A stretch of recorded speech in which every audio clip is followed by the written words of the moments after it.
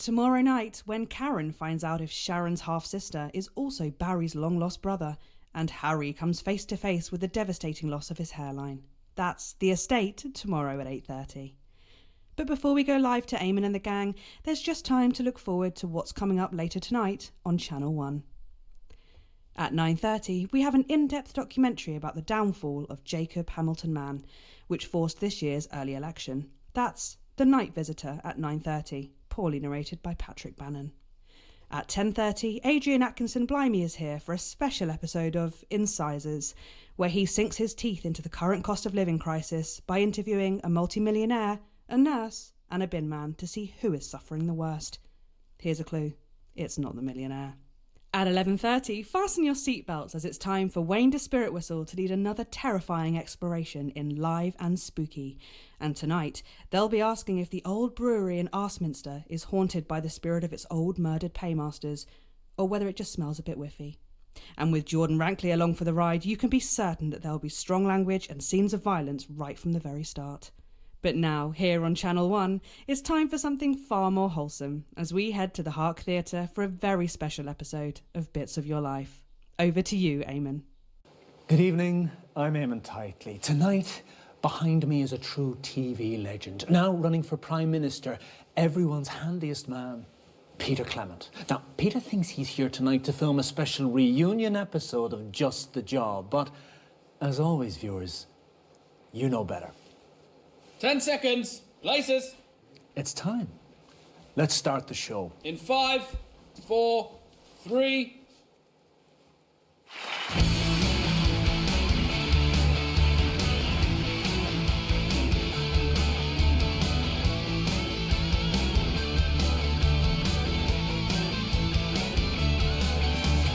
When you lost your mojo and you just can't shred your ass, I got just a job. When that stupid monkey won't stop clawing at your back, I got just a job. When your cold is drooping and your money won't get home, I'll pop round in the evening with some screaming lead guitar. And I sit there, I'll show you 10 new uses for the floor, 'cause that's just a job.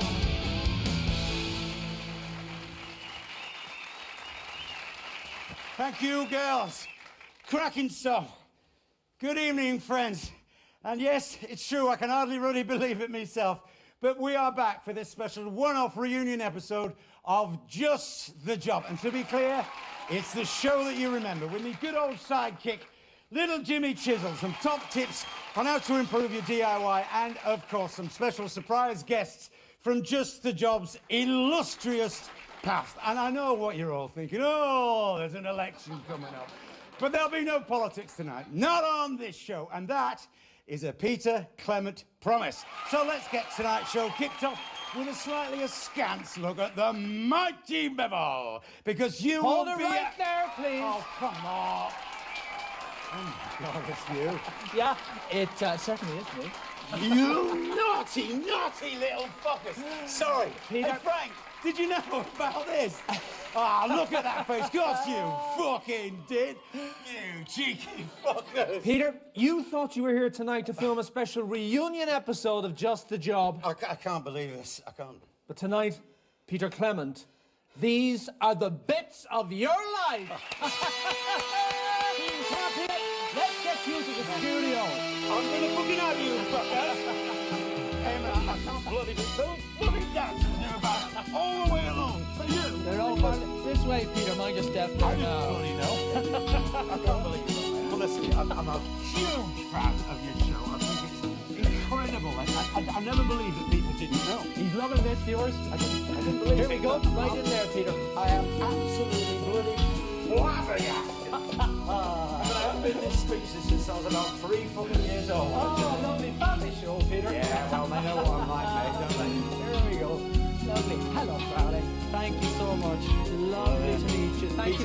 running for Prime Minister. Just look it up. Have you vote? So, Eamon, how long have you been planning this, Eamon? Eamon, how long have you been planning... Eamon? Eamon?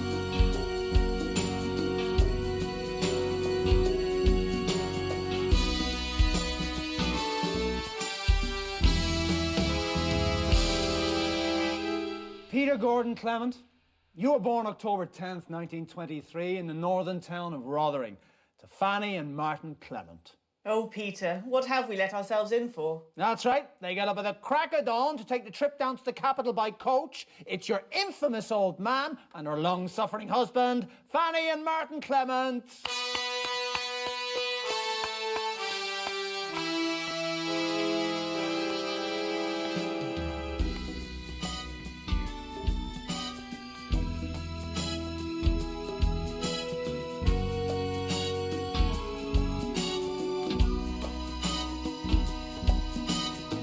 Who are you? I'm Julia Salisbury.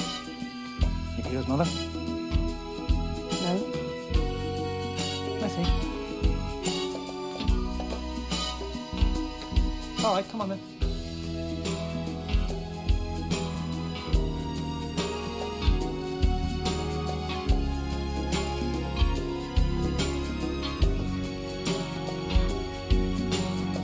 They brought me on early. Look on the bright side. You get to the pub quicker that way. I wish. Got to get back to Campaign HQ. The phone's been ringing off the hook tonight. Oh, and if I may, Eamon, viewers can call Advance with any questions after the show on capital 341562. Yeah, great, whatever. Sit down. So, what was life like for young Peter growing up in the Clement house? Well, obviously I wasn't there, but I'd imagine that there were a lot of similarities between the child Peter Clement and the man sat before you tonight, Eamon. Just like the adult Peter, I'd imagine that the 5-year-old version was headstrong, charming, and a lot more coherent before 8 p.m. Actually, that's rather good. Who are you? I'm Julia Salisbury. Peter and I are running for Prime Minister. Oh, that explains it. Yeah, I think I've seen your face on a bus stop. Plausible. Julia Blueberry, everybody! That bodes well for the election. Oh, don't worry about it. You wouldn't recognise any of the other candidates either. He only reads articles about himself.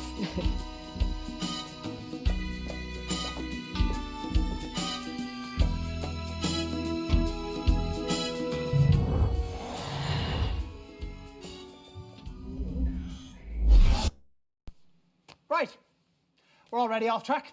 Let's see what happens now. In 1938, you were a 15-year-old in Rotherham Elementary, and already you had quite the reputation as a ladies' man. Who's this, Peter? I remember you slipping the... I mean, I don't know, it literally could be anyone. I mean, the show's already fecked. Do I speak now? Who are you? Who is she?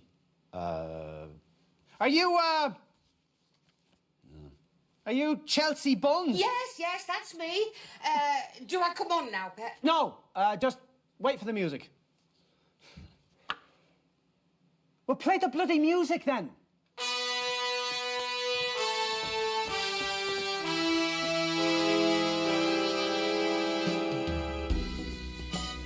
I go over there? Sorry, what's that, darling? Over there? Yeah, sure, why not? You know, might still be a few people watching. In case it gets worse.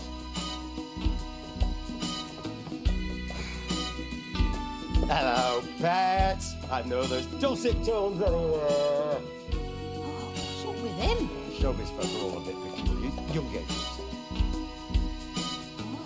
Eamon, you coming? Yeah, guess so. Well, it's ever so nice to be here. Is it? Glad you think so. So, do you want to do a question? Oh, aye, Pet.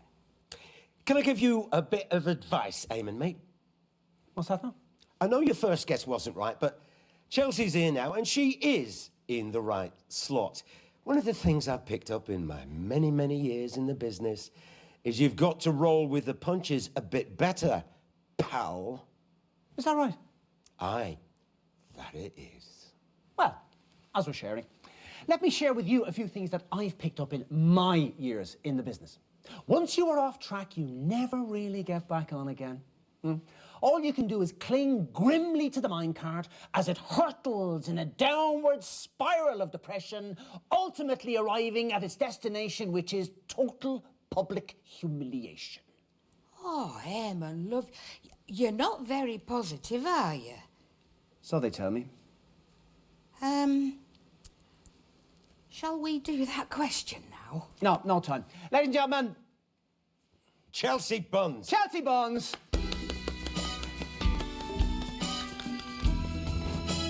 Sorry about this. I think this is an episode. Right, apparently we're not giving up and going home.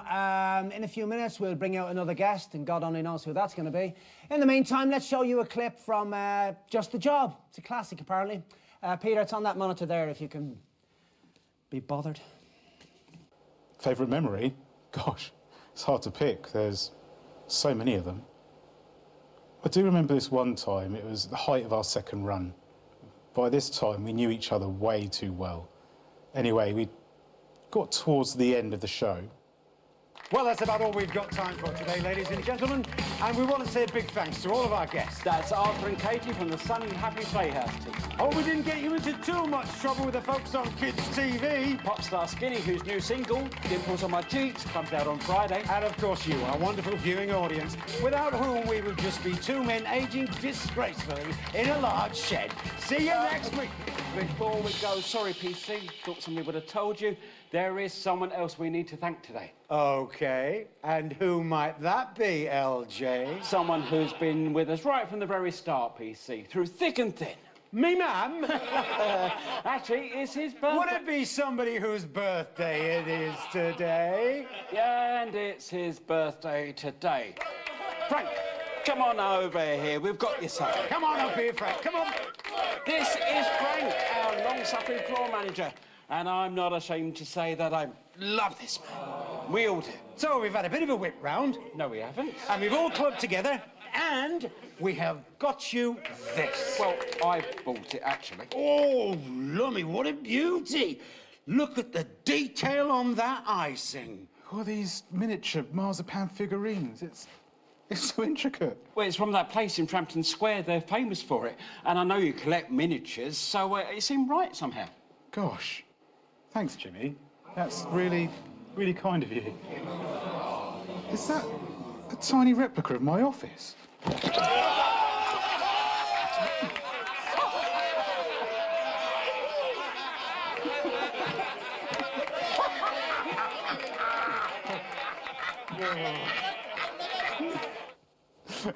It still makes me laugh to this day. Of course, it wasn't that funny in the end. The cake had nuts in it. And I'm pretty badly allergic, so yeah. What fantastic memories there from one of the nation's most beloved TV shows. Just the Job had two successful runs, of course, from 58 to 64, and again from 1972 to 1976. And across many, many of those shows, there was always one man by your side. The last time I got tooled up, 3 young men found themselves dead before dawn. Ladies and gentlemen, this is Eric. He works here. Step out in front of the camera there, Eric. Come here. Now, Eric, tell everyone, who's that voice? Dorothy Hammerman. Dorothy Hammerman. In the wrong slot. Yes. So would you say that we are on track, Eric, or are we... Don't you know it's rude to keep a lady waiting? We're dead men. Dorothy Hammerman, everyone. She's all yours. Ah, just the imbecile I'm looking for. Mrs. Hammerman. You called me early. Why? I don't know. I'm sorry. I thought you were running this show. It's quite a large team. I don't want to hear it, Eric. Let's get this over with. Couldn't agree more. Deal with this. Katie, sorry. I'm in a right bastard of a mood. Wankers, it stank. I don't want to say any more about it. Probably poison anyway. Well, how have you been? Oh, Busy on the campaign trail, mostly? It'll be worth it. Don't you worry.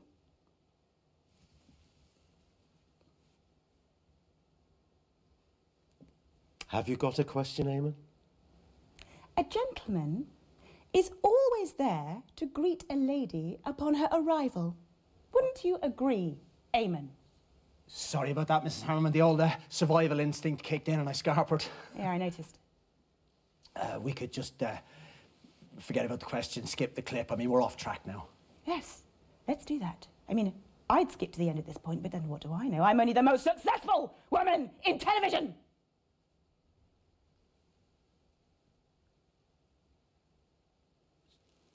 So, do you want me to go to the end? Well, be fair on your other guests.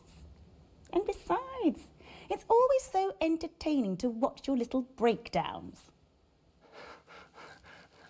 Dorothy Hamilton, everybody! I'll see you later for that dreadful song. Oh, you Oh, my dreams, darling. Yeah, skip the clip there, Eric. Yeah, I noticed that. I'm going to see if there's another one out there. See if we can get home early. Well, looks like you won't be hanging around for too long, Dottie. Thank God. Time is money, darling, unless you want the fucking stank, of course.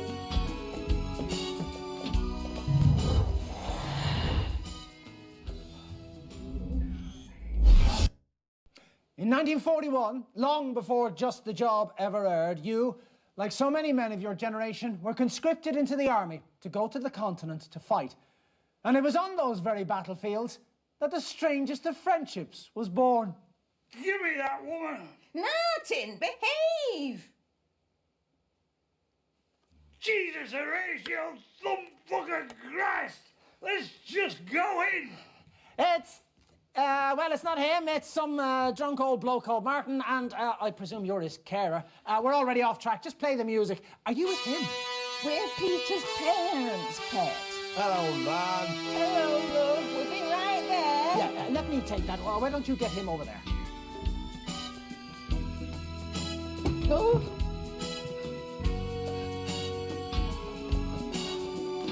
Sorry about your dad, Pet. We should have been on first, but something's gone wrong, and while we were waiting, you know how your pal is. I'm gonna miss the snooker for this shite show. Thank you for joining us. What's it like being friends with Peter Clement? Jesus Horatio, knob smuggler Christ! What a fucking ridiculous question! Well, Just sticking to the script. we're Peter's parents, Pet, but if I had to guess... Don't guess, Fanny! If you don't know, say you don't bloody know! I don't know. Mr. and Mrs. Clement, everybody! That it? Yeah, that's it. Play the music. Thanks, son. Another massive waste of time. It's not his fault. Don't worry about it, man. I can stick up for me, throat. And don't think I didn't notice your tone earlier, Martin Clement. We'll be having words on the coach. Fuck's sake. All I wanted to do was watch the bloody snooker.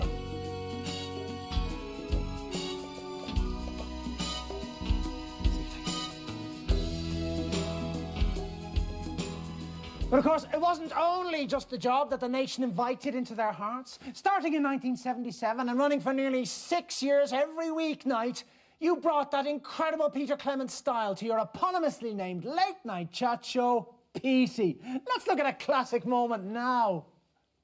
I was a runner on PT. It was my first proper job. I became Dorothy Hammerman's assistant. But the job stayed pretty much the same. I let me to do it for a year, but I just couldn't leave. It was like a family. Until it wasn't. Well, ladies and gentlemen, I'm sure regular viewers will have noticed there's been something a little different about tonight's show. Normally on this show, we have celebrities, politicians, people you've heard of that you know. Tonight's guests were not celebrities. They were people like you. Every one of you is a novel written by your own hard times. I've done a few things over the years where I can to help folks out. I've opened my checkbook from time to time, certainly, and I've tried to open my heart But the thing is, ladies and gents, it's not enough. And it never will be. Not sat here doing this. You might remember a few months ago when I had an impressive barrister here called Julia Salisbury. We talked about standing up to society's bullies. She inspired me, actually, and we stayed in touch. And we've talked a lot. And we've concluded that there is only one way to help the sheer number of people we both aspire to. So, the programme you've just watched was the last ever episode of Petey. I'm sorry. That must be a shock. We've known it here for a few weeks now, but we didn't want a fuss or a star-studded final special episode. Just ordinary people. The people who need to advance. You'll be hearing that word a lot over the coming year. And you'll be seeing me out and about, and I hope you'll all come and say hello and tell me what I can do for you. Because over the last almost 7 years, you've all done so very much for me. Dottie, get up here before I start welling up. This is Dorothy Hammerman, a woman who, despite never appearing on this show until now, has somehow managed to become a household name. Sweetie, I'd never do anything as desperate as booking myself onto your show. It's not my show. It's yours. Well, it's got your name on it. It's ours. Okay, it's ours. Dorothy's off to take all the lessons that she's learnt here to shake up one of our rivals who I am not going to give a free advert to. Well, I will. It's 3. As channel controller, Dorothy will be the most powerful woman in television. It'll still be a damn sight easier than putting up with your nonsense. Dorothy Hammerman, everybody.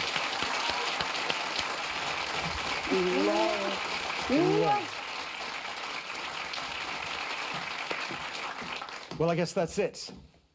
Over the last few years, I've poured my heart and my soul into this thing. Really, I have. And I've worked to the point of collapse on far, far too many occasions. I've tried to be honest about everything as I see it.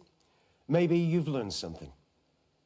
Maybe you've felt something. Maybe you've laughed along the way, or maybe just maybe all three.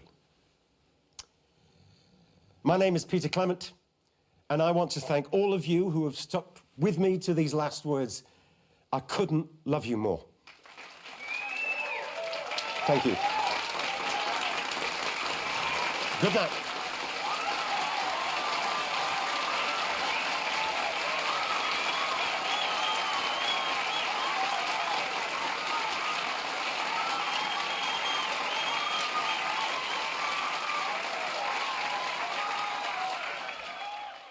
Expression, Eric. Quit while you're ahead. Do you know that expression, Eric? Please, Amy, just think about it. Oh, I will. I'm going to stand here and think about it, and you, Eric, you're going to go over there and do that thing you do with the stopwatch. Jesus. And then we'll see what happens next.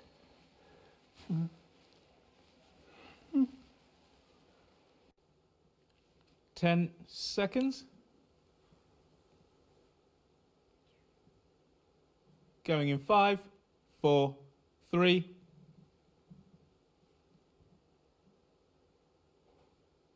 Eamon, we're live. Eamon. Amen. Right, yeah, there we are. Sorry about that. Welcome back, everybody. And unforgettable stuff. But while you took all the credit, while you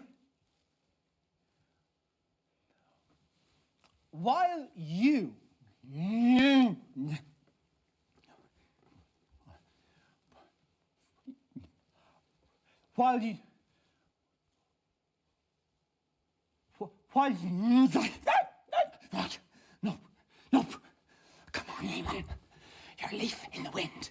You're a leaf in the wind.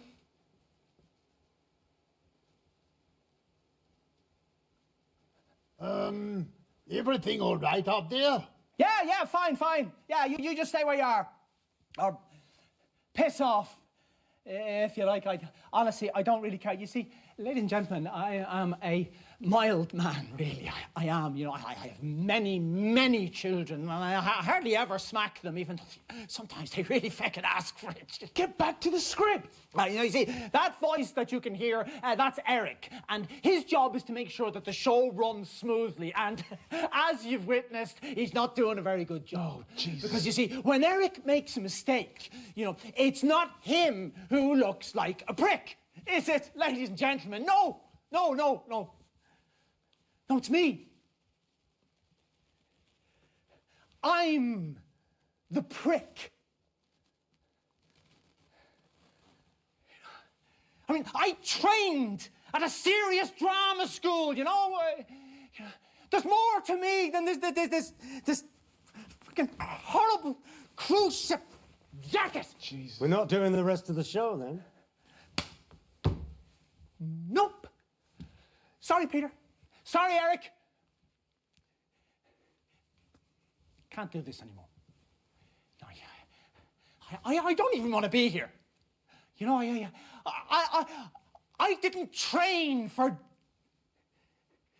this. You know, I want to sing the big swing numbers. Come sail with me, come on, let's sail away. Let's say goodbye to the 9 to 5 down in Palmerino Bay. Dance break.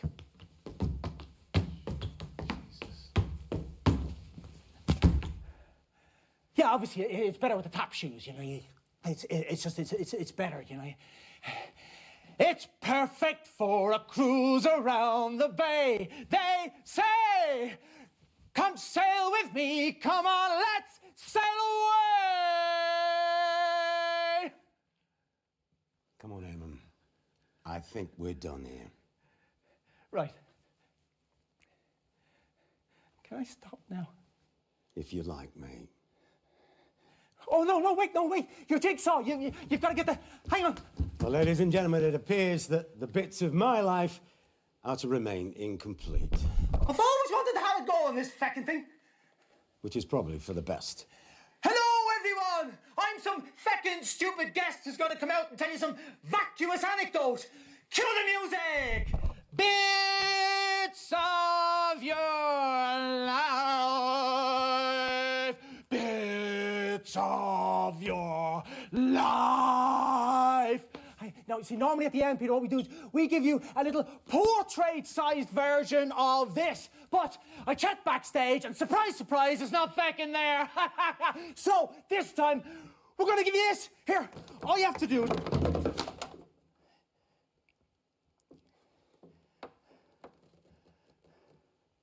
Well, that's fucking symbolic, isn't it? Thanks for watching, ladies and gentlemen. I imagine this will be the last ever episode of Bits of Your Life. I think I speak for everyone when I say that we wish Eamon the very best for his retirement and his recovery, whichever order they should come in. That's really kind of you. Play the music, boys.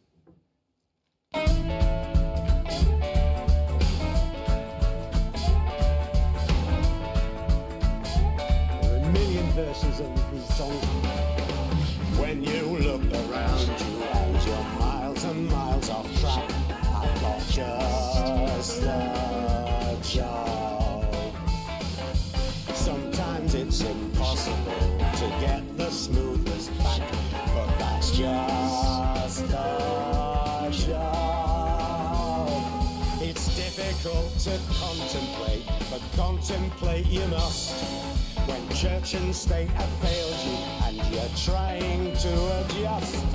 If you can't trust the telly, then there's nothing left to trust. Guess that's just the job.